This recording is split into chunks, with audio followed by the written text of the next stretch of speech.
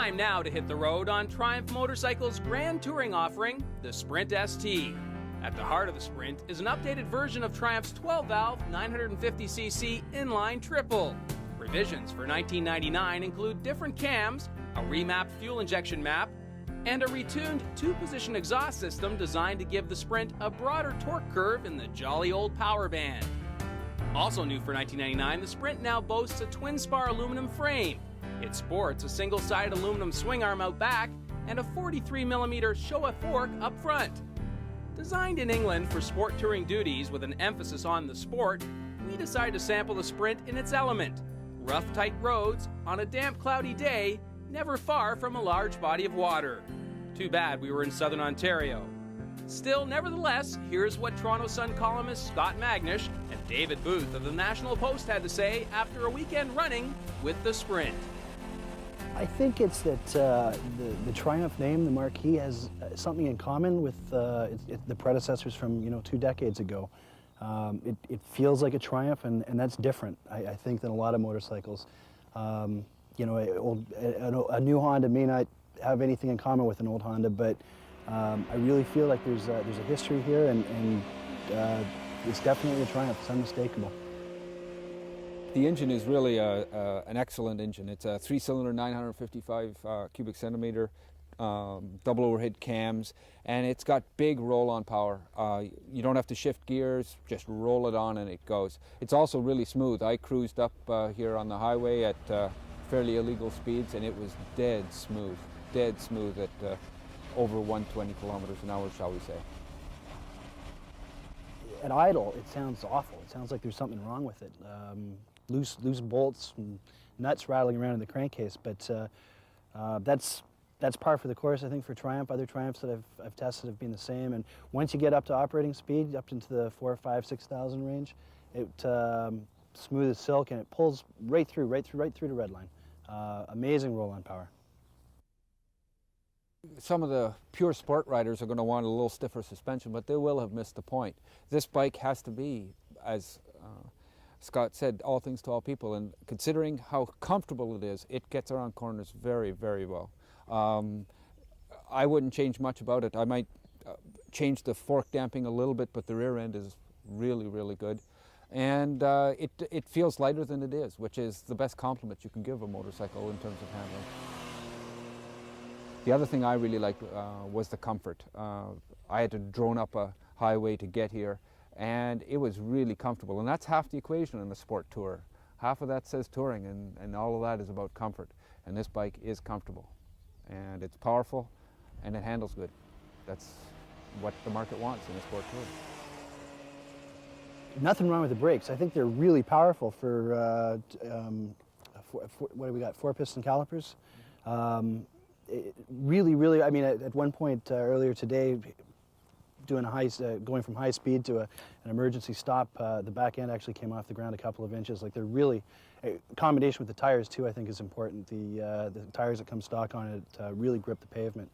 But to my mind, they don't work as well as they should with the suspension in the front end. It's a little bit soft. You get a little bit of a chatter.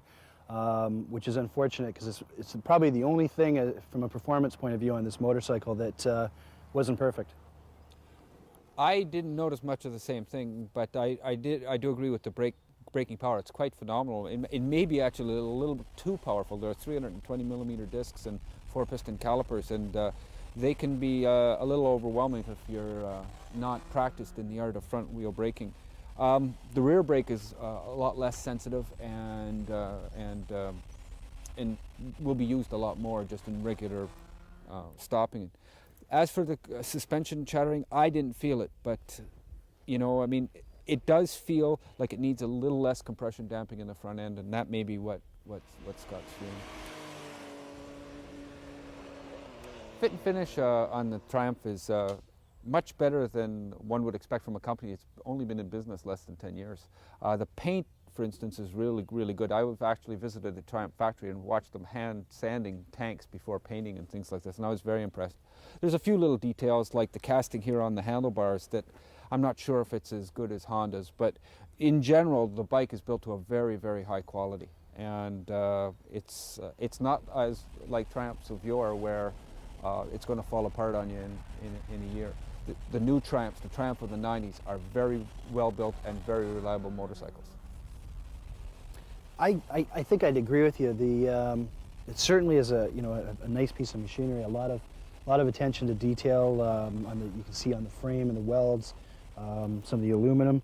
But I think, as Dave's pointed out, it's still early days for Triumph. They're only been back in business 10 years, and there's stuff about this motorcycle that just doesn't seem really well thought out to me. The handlebar mounts are one of them. They just don't seem to have the finish that you'd be looking for in a high-end motorcycle. The instruments don't seem to be laid out as well as I think they could have, and as some of the competition is. And you are paying a premium for this motorcycle. I mean, this is marketing itself as, a motorcycle for all people, but in a different league. So I think it loses a couple of points in those areas. That said, we're being pretty picky here. It's a beautiful machine. And they've done an awful lot with making sure it looks good and it fits. Okay, Dave said this is a motorcycle for the real world, for real riders. I think the people who are buying this motorcycle are as interested in its performance parameters as they are its look. And that said, I think Triumph is trying to create a brand name recognition here. It's very similar to some of the other Triumph products, and the way the headlights are configured, the styling, may not be what you would call cutting edge or really racy. Like, there's not a lot of radical graphics on it, but I don't know if that's what Triumph's trying to do. And they maybe are appealing to maybe a little bit older, a little bit more sophisticated market. It's unmistakably a Triumph, though. I mean, you see it go by. If you're familiar with your products from the last couple of years, you know that's a Triumph. I was impressed with the all-round package.